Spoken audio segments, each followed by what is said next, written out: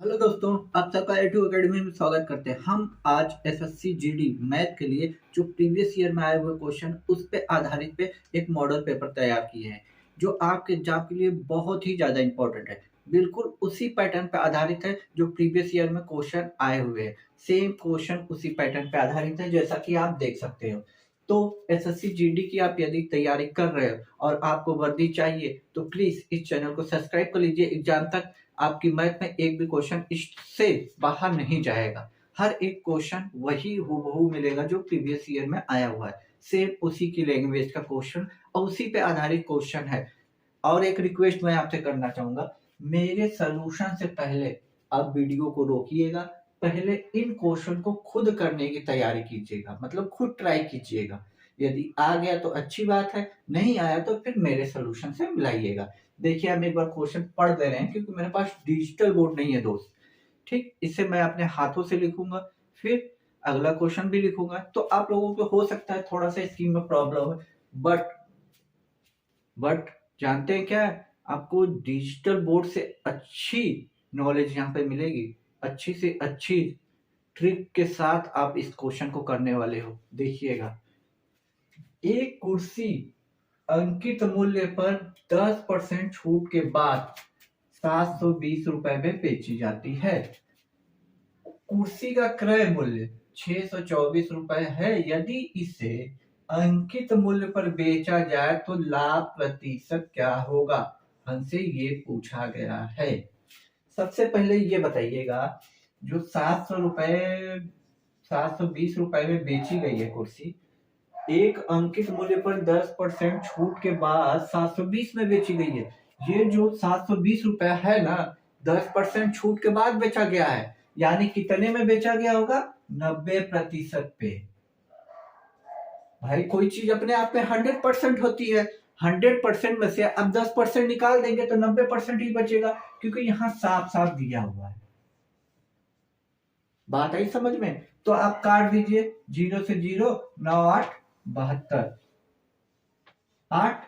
ये परसेंटेज जो है अपने आप में 100 छुपाया रहता है, 100। तो ये कितना हो गया, 800। भैया परसेंटेज ऐसे हटाएंगे तो नीचे 100 आएगा, 100 इधर जाके मल्टीप्लाई हो जाएगा, 0 से 0 कटेगा, 9 8 72 है, ये 100 यहाँ जाके 800 रुपए। तो ये आपकी एमआरपी हो गई। एमआरपी यही आपकी सेलिंग प्राइस है। खरीदा कितने में था, खर्चा कितना था, साफ साफ दे रखा है। क्रय मूल्य कितना दिया है, 640। अब देखो 640 रुपए में आपने उस चीज को खरीदा, 800 रुपए में बेच दिया, कितने का फायदा हुआ। यहां से देखिए तो सीधे सीधे 160 रुपए का आपने मुनाफा कमाया। सीधा सीधा 160 रुपए मुनाफा कमाया। कितने पे कमाया, 640 रुपए में 160 रुपए का मुनाफा। 0 से 0, 16 एकम 16, 16 चौका 64, यानी 1/4। 1/4 की परसेंटेज वैल्यू कितनी होती है, 25%। मैंने बता रखा है परसेंटेज, यदि आपने नहीं पढ़ा है तो प्लीज जाके परसेंटेज पढ़िए। मैं एक बार निकाल देता हूँ। जब 1/4 को आप प्रतिशत में बदलोगे तो यहाँ 100 का मल्टीप्लाई करना पड़ेगा। 4 से काटोगे, 4 दूनी के 8, 4 पच्चे 20, यानी 25%।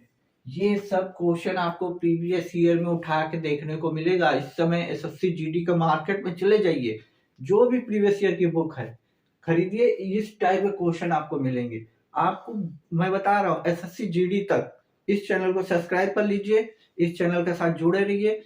हम 100% गारंटी लेते हैं, इससे बाहर का क्वेश्चन बाहर नहीं जाएगा।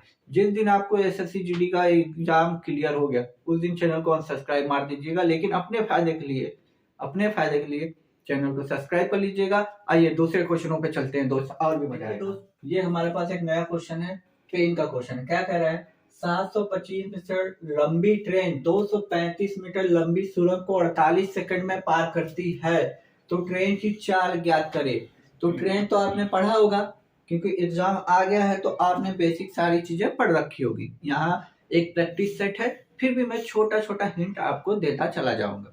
देखिए, कोई ट्रेन जब किसी सुरंग को पार करती है ना, तो वो खुद की लंबाई प्लस सुरंग की लंबाई दोनों को पार करती है। एक बात ध्यान में रखिएगा।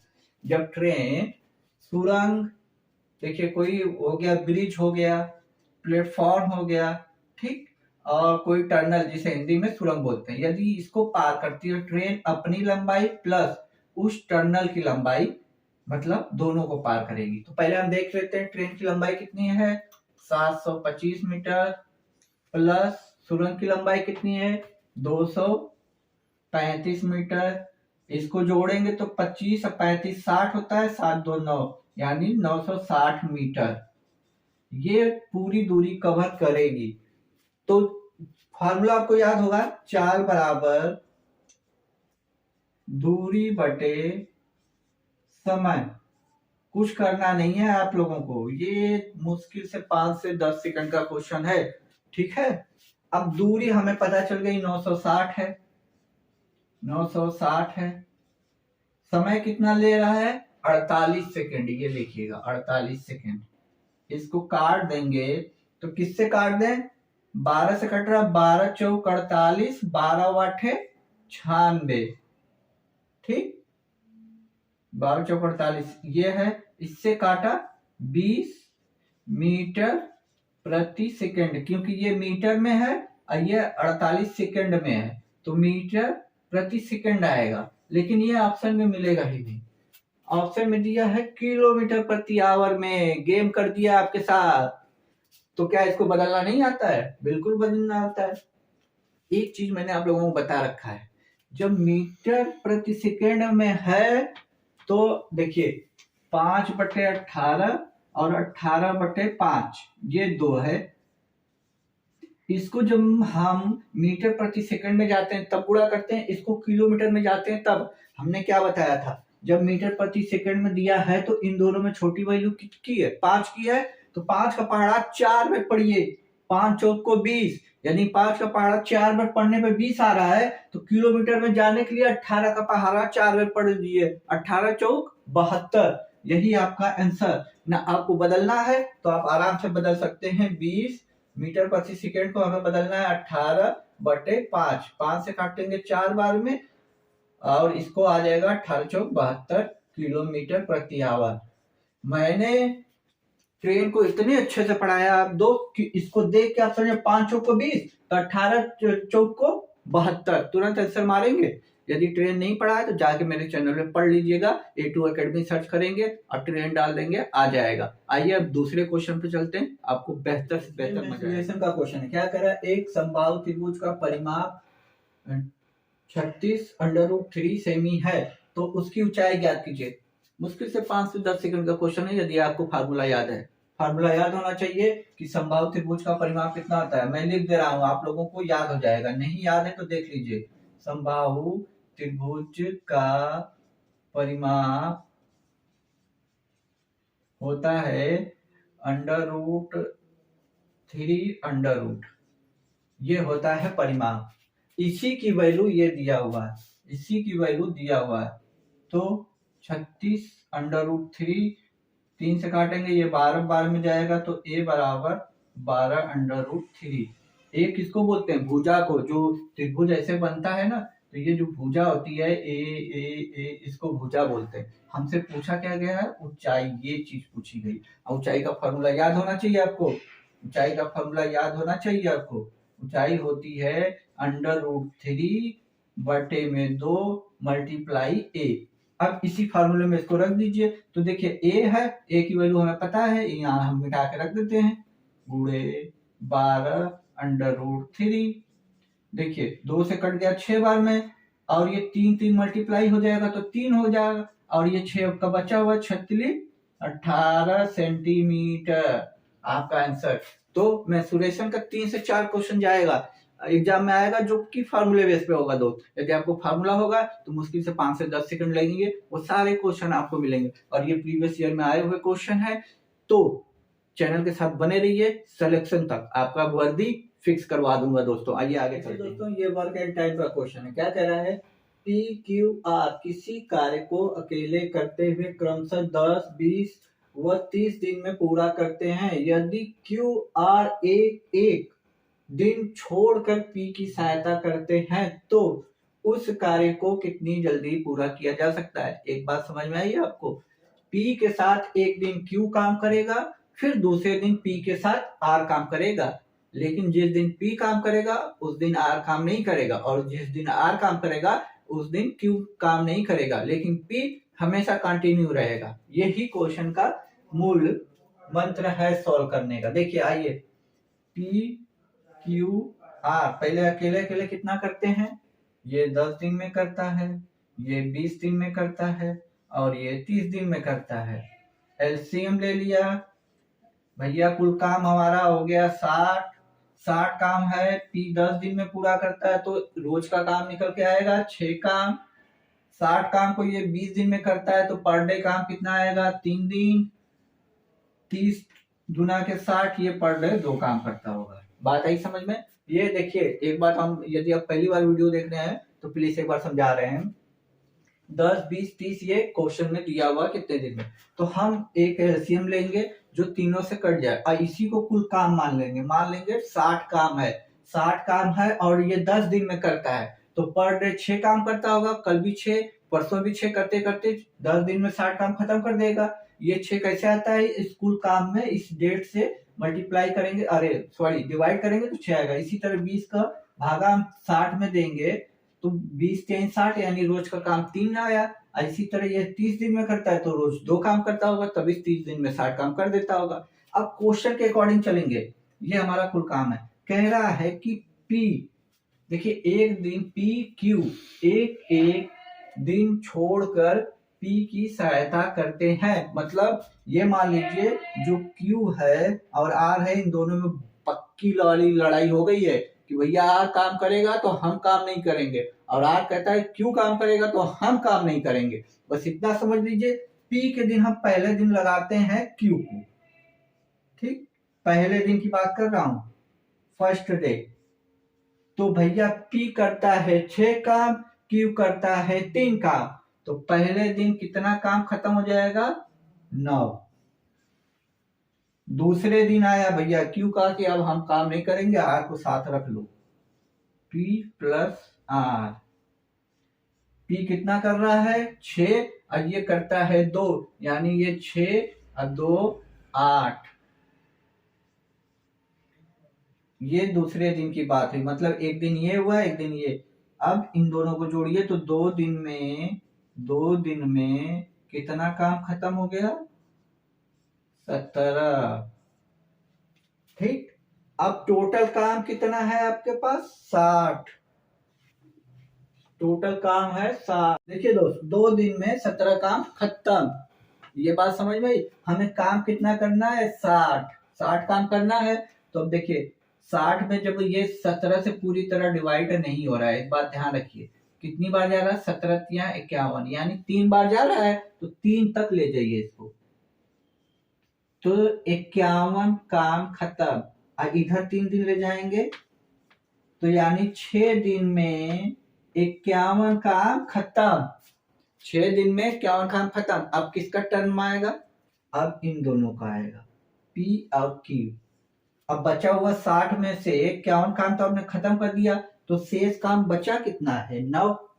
ध्यान दीजिएगा, शेष काम कितना बचा है, 9। अब ये दोनों 9 की स्पीड से करेंगे, यानी एक दिन और लग जाएगा। मतलब 6 दिन तो ये सब काम किए हैं, प्लस एक दिन और, यानी कितने दिन हो जाएगा, 7 दिन। ऑप्शन कौन सा है हमारा, 7 दिन। ये क्वेश्चन में बहुत आप लोग फंसते हो ना, तो देखिए एक बार मैं फिर से समझा रहा हूँ, एकदम इजी तरीके से समझिएगा। 10, 20, 30 ये एलसीएम आया 60, यही काम को हमें करना है, तो इनकी स्पीड पर डे की निकल के आई। पहले दिन एक Q काम करेगा, P के साथ Q करेगा तो P 6 करता है, P 6 काम करता है और Q करता है 3, दोनों मिलकर 9 काम पहले दिन खत्म करेंगे।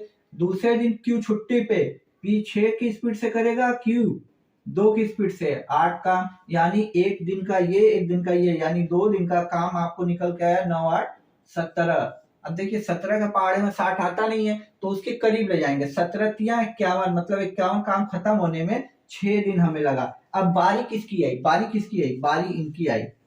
अब ये 9 की स्पीड से करेंगे और 9 ही काम हमारे पास बचा है, यानी एक दिन और ले लेंगे, मतलब 6 1 7 दिन। टोटल 7 दिन। ऐसे क्वेश्चन एग्जाम में बहुत आते हैं, फंसाता भी है। तो आज के बाद आप लोग नहीं फंसोगे। यदि ये वर्कआउट टाइम को आप यदि पूरी तरह नहीं पढ़े तो इसकी भी वीडियो यूट्यूब पे पड़ी होगी, आप चैनल को सब्सक्राइब कर लीजिए और जाइए A2 एकेडमी डालिए, मैथ आपको पूरा का पूरा वीडियो मिल जाएगा। आइए अब नेक्स्ट क्वेश्चन क्या कह रहा है, एक टेलीविजन 14,500 रुपए में उपलब्ध था। दिवाली के सेल के दौरान उसकी कीमत तो घट कर 11,890 रुपए हो गई, तो छूट प्रतिशत ज्ञात कीजिए। डिस्काउंट वाले चैप्टर का क्वेश्चन है, कुछ नहीं करना है, पहले देख लीजिए आपको रुपए में कितना फायदा हो गया, मतलब रुपए में कितनी छूट मिल गई आपको। पहले रुपए में आप देख लेंगे, पहले देख लीजिए रुपए में तो 0, यहाँ 10 में से 9 गया 1, यहाँ बचा 4, तो यानी 14, 14 में 8 गया 6, यहाँ बचा 13, 13 में से 11 गया 2, यानी रुपए में इतना फायदा हुआ। किस पे फायदा हुआ? 14,500 रुपए पे 2,610 रुपए का फायदा हुआ। बस इसको प्रतिशत में बदल दीजिए, आपका आंसर 1 2 1 2, 5 से काटे 50 25 बचा 1 2 2, ये आ गया कितना 29, 5 दूनी 10 बचा 4। अब इसको डायरेक्ट भाग कर दीजिए। देखिए दोस्त, 522 में 29 का डायरेक्ट भाग कर लेते हैं। 522 में 29 का भाग करेंगे तो एक बार जाएगा तो कितना आया 3, ठीक, और यहाँ बचा 2 और ये बचा 2, ये 9, यहाँ 2 है तो 9 में ऐसा क्या मल्टीप्लाई करें कि यहाँ 2 आ जाए, तो 8 का 8 9 8 9 72 को 2 हाथी लगा 7, 8 दूनी की 16 7 23, यानी ये पूरी तरह खत्म। यानी कितने परसेंट का डिस्काउंट मिल गया? 18%। ऑप्शन क्या है? ये तो मैंने गलत काट रखा है, 18%। यही आपका आंसर। आइए नेक्स्ट क्वेश्चन। अगला क्वेश्चन कह रहा 8 9 5 6 3, यहाँ x है और 8 7 y संख्या है जो 72 से विभाज्य है। डिविजिबिलिटी रूल, विभाज्यता का नियम आपको पढ़ा रखा है, उसी से ये क्वेश्चन है। देखिए कोई चीज 72 से डिवाइड हो, 72 से डिवाइड होने का क्या मतलब होता है? 8 गुणे 9 से डिवाइड हो। पूरा पहले नंबर उठा लेते हैं, 8 है 9 है 5 है 6 है 3 है, यहाँ पे x है और 8 है 7 है y है। देखिए 8 का रूल क्या कहता है कि यदि पीछे के 3 नंबर 8 से डिवाइड है तो ये पूरा नंबर 8 से डिवाइड होगा। तो 8 से चेक कर लेते हैं, 8 से काटेंगे तो 8 एकम 8। अब यह y की जगह हम क्या रखें कि 8 से कट जाए, तो कहेंगे सर y की जगह 2 रख दीजिए, तभी तो ये 72 बनेगा। 8 का टेबल 9 बार पढ़ेंगे तो 8 9 72 आता है, यानी y की वैल्यू हमें मिल गई। ठीक, अब देखिए आपको एग्जाम हॉल में ऐसे ही करना है। अब 8 का काम हमारा खत्म। अब देखिए मैं उतार दे रहा हूँ एक बार और, क्योंकि मैं आपको अच्छे से समझाना चाहता हूँ। एक बार समझ में आ गया तो आपको फिर दोबारा नहीं करना पड़ेगा। 3x 8 7 अब y की वैल्यू 2 आ गई है। ठीक, इसको 8 से डिवाइड करेंगे, 8 एकम 8 8 9 72। 8 का रूल आपको पता होगा, पीछे से 3 को डिवाइड कीजिए, इधर कितना भी नंबर है ये पूरा नंबर 8 से डिवाइड। और 9 का क्या कहता है कि 9 का जो ये बचा है, 9 का रूल क्या कहता है, यदि इनका आपस में जोड़, आपस का जोड़ 9 से डिवाइड हो जाए तो ये पूरा नंबर 9 से डिवाइड होगा। तो हम लोग जोड़ते क्यों है? देखिए 7 2 9, यानी ये 9 से डिवाइड, 6 3 9 9 से डिवाइड। अब बचा क्या? देखिए और कुछ बचा है? 9 से कट रहा है? नहीं कट रहा है। 8 8 16 16 5 21 21 9 30 21 9 30। अब भैया 30 में ऐसा x की जगह क्या रखें कि 9 के पहाड़े में आ जाए। अब कहेंगे x की वैल्यू सर 6 रख लीजिए, इन दोनों को जोड़ेंगे तो 36 हो जाएगा।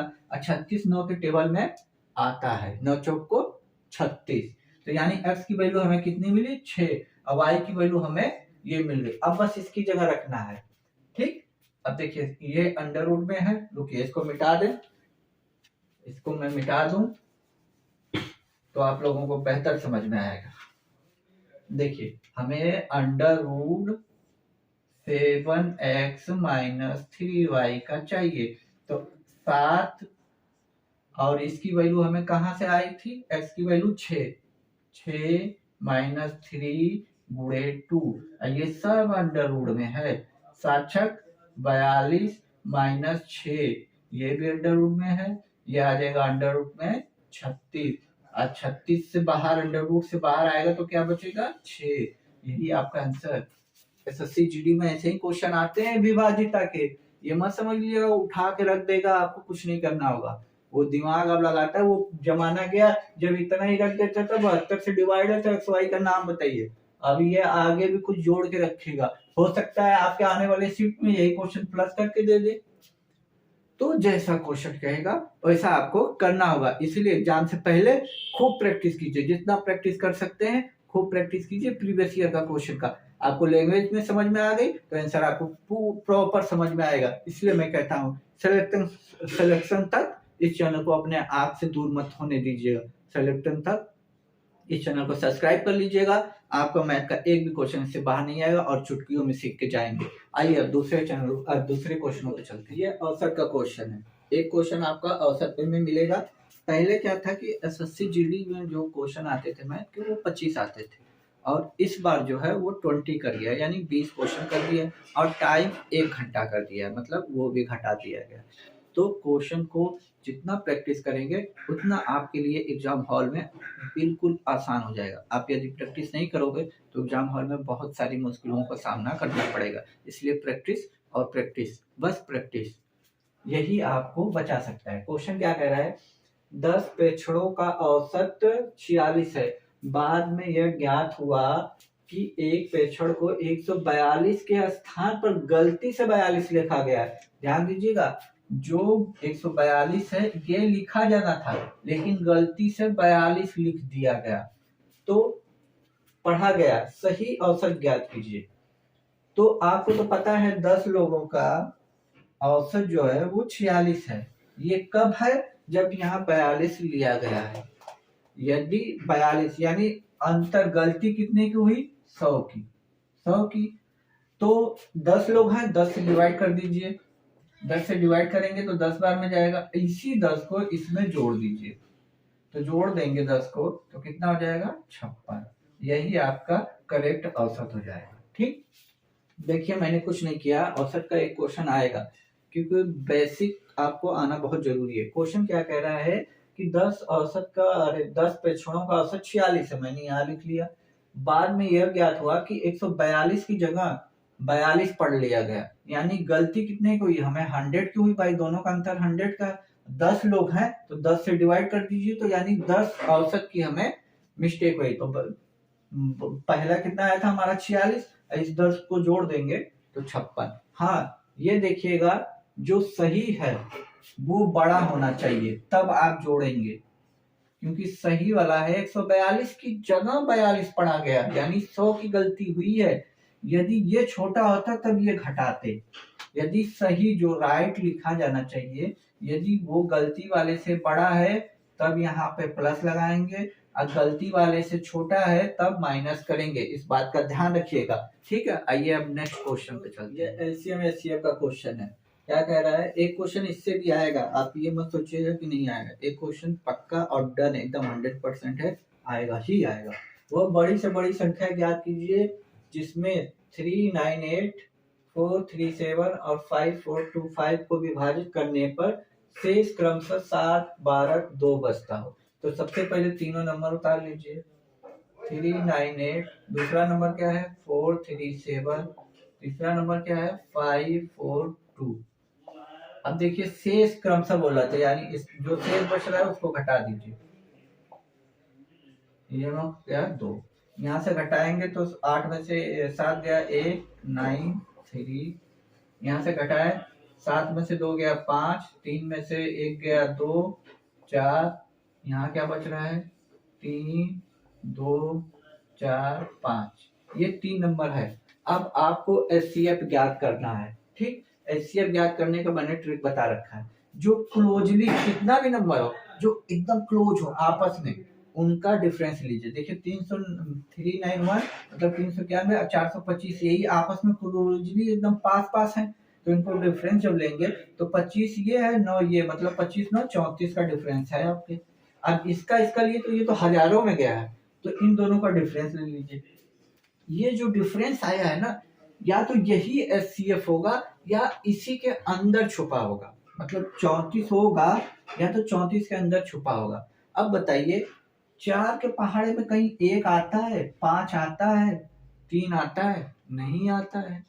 भाई 4 का कोई भी पहाड़ा ले लीजिए, 4 जिसकी यूनिट डिजिट में 4 रहता है उसके टेबल में कभी 1 नहीं आ सकता, ना 5 आ सकता है, ना 3 आ सकता है। यदि ये सम नंबर है तो सम ही नंबर आएगा। यानी इसको तोड़ लीजिए। किसमें हम तोड़ सकते हैं? 2 गुणे 17, 17 दूनी के 34।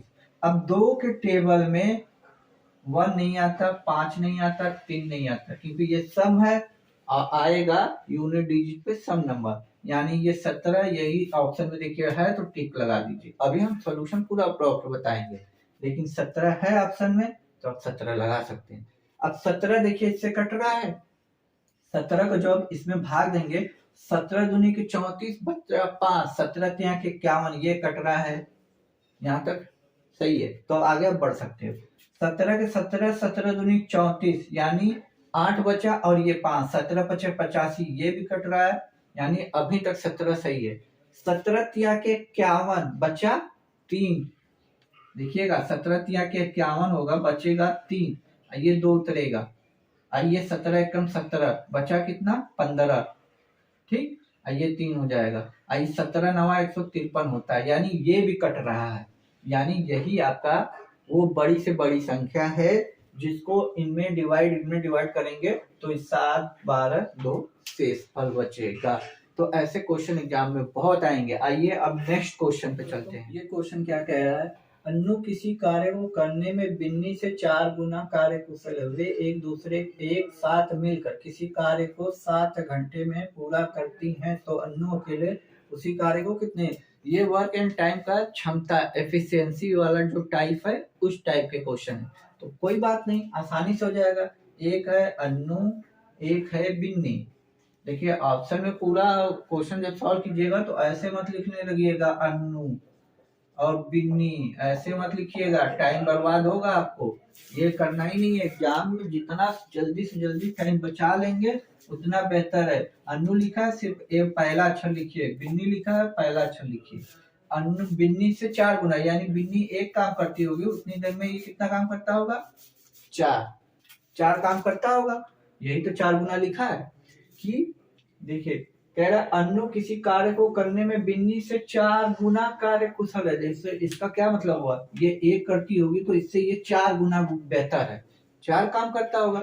अब कह रहा है कि ये दोनों एक साथ मिलकर, वे एक साथ मिल जाए, एक साथ मिल जाएंगे तो कितना काम करेंगे? 5।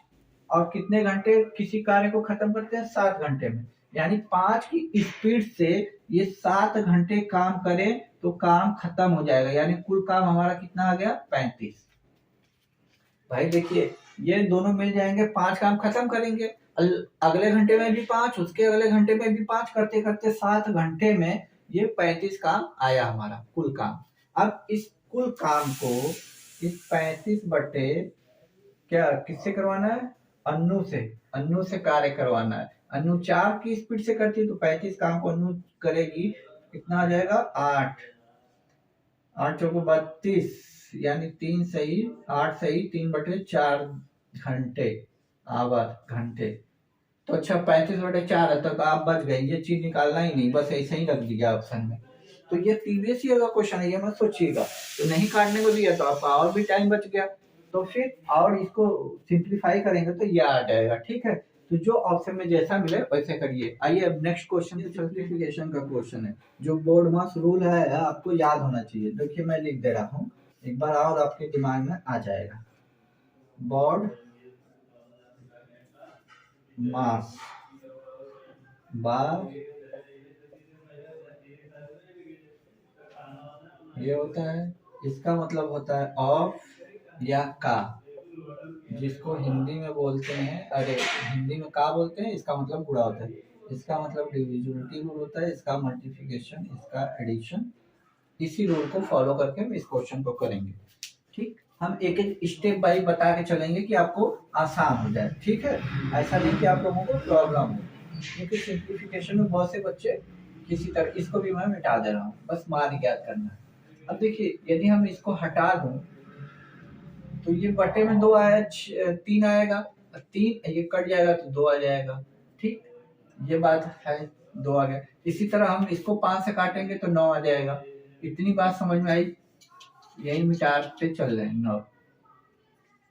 आइए देखिए 9 चौको 36, ये माइनस 45 हमारा है, ये प्लस का 9 है, माइनस इधर 2 है, माइनस 5 है, प्लस कितना है 5, तो ये गुणा हो जाएगा 21।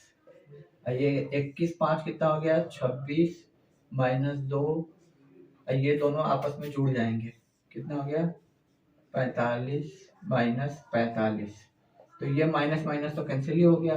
26, देखिए दोस्त, ये लाइन मैंने गलत लिखी है, तो देखिए बोर्ड मॉस में क्या कह रहा है, ये तो 26 हो जाएगा, कोई दिक्कत नहीं, और ये प्लस 36 माइनस 45, ये दोनों माइनस का 11 हो जाएगा। ठीक, क्योंकि माइनस माइनस है। ठीक, इन दोनों को जो प्लस में है जोड़ेंगे तो 62 हो जाएगा। अरे भाई 20 ये, 30 ये, 50 अच्छे से ये हो गया। इस माइनस को और इस माइनस को जोड़ेंगे तो कितना हो जाएगा माइनस 56, घटेगा कितना आ जाएगा 6, आंसर क्या है 6। तो ये बॉड मास का रूल है, बॉड मास के अकॉर्डिंग चलेंगे तो आंसर आपका बिल्कुल राइट आएगा। तो ये सब प्रीवियस ईयर का प्रैक्टिस क्वेश्चन थे। आप इसमें कमेंट बॉक्स में बताइएगा कि आपने कितने क्वेश्चन सही किए, क्योंकि आपको शुरू में मैंने बोल दिया था वीडियो रोक के पहले क्वेश्चन को खुद ट्राई कीजिएगा, ठीक है। और आज की क्लास आपको अच्छी लगी हो तो चैनल को प्लीज सब्सक्राइब करके शेयर कीजिएगा, ये वायरल करने की जिम्मेदारी आपकी है। मैंने यूट्यूब पे नया नया ओपन किया है, तो इसको ऊंचाई तक ले जाने का काम आपका है। और एसएससी जीडी, एसएससी सीजीएल या कोई भी एग्जाम देते हो जिसमें मैथ रीजनिंग आती हो, उसके लिए सब्सक्राइब कर लीजिए। आपका मैथ रीजनिंग के लिए बिल्कुल भी प्रॉब्लम कहीं से भी नहीं होगी और कहीं भी जाने की जरूरत नहीं मिलेगी, इतने आसान ट्रिक में बताया जाएगा। मैंने यहाँ बेसिक इसलिए नहीं बताया क्योंकि ये प्रैक्टिस सेट है और प्रैक्टिस सेट में क्वेश्चन सॉल्व किया जाता है, बेसिक चैप्टर वाइज पढ़ा जाता है। और यदि आप चैप्टर वाइज पढ़ना चाहते हो तो सारी वीडियो आपको यूट्यूब पे मिल जाएगी। और कुछ की नहीं बनी है क्योंकि नया है तो वो भी आगे बना देंगे। यदि आपको कोई टॉपिक परेशान कर रहा है तो प्लीज कमेंट बॉक्स में आप कमेंट कर दीजिएगा, सर इस टॉपिक पे वीडियो बना दीजिए, प्रॉपर बना दीजिए, तो मैं प्रॉपर बना के आपको अपलोड कर दूंगा और आपको नोटिफिकेशन मिल जाएगा, जिससे आप अपनी उस कमजोरी को दूर कर सकते हैं एग्जाम से पहले। तब तक के लिए खुश रहिए, मुस्कुराते रहिए। जय हिंद दोस्तों।